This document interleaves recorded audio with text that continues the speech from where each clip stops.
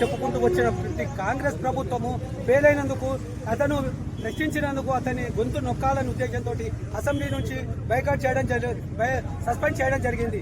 కానీ అసెంబ్లీలో 118 మంది ఉన్న అసెంబ్లీలో సస్పెండ్ చేయడం జరుగుతుండొచ్చు, కానీ 4 కోట్ల మంది ప్రజలలో అతని మనోభావాలను దెబ్బతీస్తున్నారు. ఇవాళ ప్రభుత్వము ఫెయిల్ అయినందుకు క్షమాపణ చెప్పి అతన్ని తిరిగి అసెంబ్లీలోకి మళ్ళా సస్పెండ్ ఎత్తివేయాలని మేము సభాముఖంగా కోరుతున్నాము.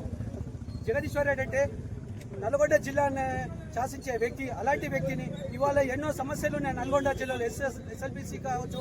తర్వాత మొన్ననే అతను రైతుల గురించి అతను ఎండిపోయిన పంటలను పర్యవేక్షించడం జరిగింది. అతను ప్రజలను గురించి మమేకమై ప్రజల పక్షాన పోరాడుతున్న వ్యక్తి. అలాంటి వ్యక్తిని అసెంబ్లీలో అతన్ని రావద్దు, అతను అసెంబ్లీలో మాట్లాడితే మేము సమాధానం చెప్పలేమన్న భయంతో రేవంత్ రెడ్డి గారు వారి పాలక పక్షము అతను సస్పెండ్ చేయడం జరిగింది. సస్పెండ్ ఎత్తివేయాలని కోరుకుంటూ సెలవు తీసుకుంటున్నాం. ధన్యవాదాలు. జై తెలంగాణ.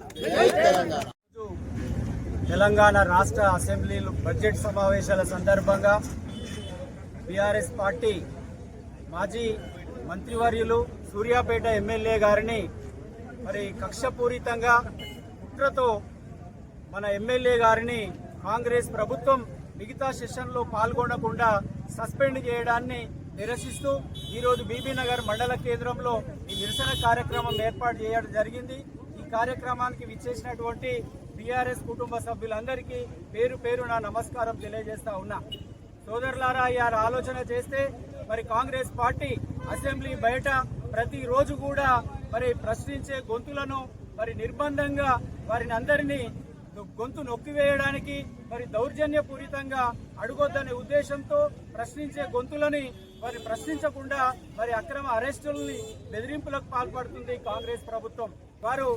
వాళ్ళు చెప్తున్న మాట సభ గౌరవాన్ని భంగపరిచిండని. మరి కేసీఆర్ గారు 10 ఏళ్ల అనుభవంతో ఎక్కడ కూడా సభ గౌరవాన్ని కానీ స్పీకర్ గౌరవాన్ని కానీ తగ్గించినటువంటి సందర్భం లేదు. మరి సభ గౌరవాన్ని మంటగలిపింది కాంగ్రెస్ పార్టీ. మరి ఎంఐఎం అక్బరుద్దీన్ ఓవైసీ ఎమ్మెల్యే గారు కూడా మేము ప్రతిపక్షంలో ఉన్నాం, కనీసం మమ్మల్ని సంప్రదించలేదని కూడా వారు జగదీశ్వర్ రెడ్డి గారి సస్పెన్షన్ ని వారు ఖండించినటువంటి విషయం మనందరికి తెలుసు. అంతే, ఎందుకంటే జగదీశ్వర్ రెడ్డి గారు ఇంతకుముందే శ్రీనివాస్ గారు చెప్పినట్లు ఈ రాష్ట్రంలో ఎండిపోతున్న బోర్లు, భూగర్భ జలాల ప్రాబ్లం వల్ల ఏవైతే పంటలు ఎండిపోతున్నాయో ఆ సమస్యను ముందుకు తీసుకొచ్చారు. అసెంబ్లీలో మరి వాళ్ళు ఒక 15 నెలలనే 1,50,000 కోట్ల రూపాయల అప్పు ఏవైతే చేసిరో ఆ అప్పులు గట్టిగా ప్రశ్నిస్తారు. 6 గ్యారెంటీల అమలు గురించి గట్టిగా ప్రశ్నిస్తారని చెప్పి మొదట మరి దాడి చేస్తున్నటువంటి జగదీశ్వర్ రెడ్డి గారి మీద ఉల్టా దాడి చేస్తే మనము ప్రశ్నించే గొంతులో నొక్కేయచ్చు అనేటువంటి ఒకే ఒక ఎత్తుగడతోటి, చీఫ్ ఎత్తుగడతోటి వారిని సస్పెండ్ చేయడం జరిగింది. రాబోయే రోజుల్లో ఖచ్చితంగా మీరు ఇచ్చినటువంటి హామీలు అమలు చేసేంత వరకు బీఆర్ఎస్ పార్టీ పోరాటం చేస్తుందని తెలియజేస్తూ ఖచ్చితంగా మన జగదీశ్వర్ రెడ్డి గారిపై విధించినటువంటి సస్పెన్షన్ వెంటనే ఎత్తివేయాలని చెప్పి డిమాండ్ చేస్తూ ముగిస్తున్నాం. జై తెలంగాణ. జగదీశ్వర్ రెడ్డి గారిని మరి ఈ రోజు వారు అడిగే ప్రశ్నలకు సమాధానం ఇచ్చే కెపాసిటీ లేనటువంటి కాంగ్రెస్ ప్రభుత్వం మరి అకారణంగా ఆయనను ఈరోజు సస్పెండ్ చేయడం జరిగింది. నేను అంటున్నా, మీరు దమ్ము ధైర్యం ఉంటే కాంగ్రెస్ వాళ్ళకి సవాల్ చేస్తున్నాం.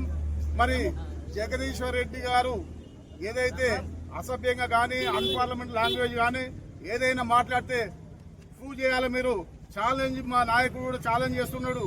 దమ్ముంటే మీరు ఇద్దరు కూర్చోండి, మరి అఖిలపక్షం కూర్చుందాం, మరి మేమేం తప్పు మాట్లాడినాం అనేది తేల్చుకుందామని వారు కూడా నిన్న టీవీ అన్ని డిబేట్లలో కూడా సవాల్ చేయడం జరిగింది. 6 గ్యారంటీలని కళ్ళబొల్లి మాటలు చెప్పి మీరు అధికారంలోకి ఏదైతే వచ్చిందో మిమ్మల్ని ప్రజలు ఇప్పటికే 15 నెలలనే మిమ్మల్ని చీకొట్టుకున్నటువంటి పరిస్థితి. ఇవాళ గ్రామాలకు పోతే మీ పరిస్థితి ఏందో మీకు తెలుస్తుంది.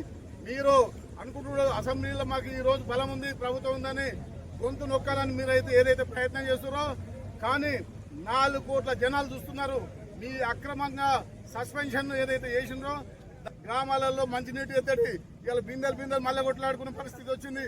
మరి సాగునీటి లేదు, మరి పొలాలు ఎండిపోతుంది.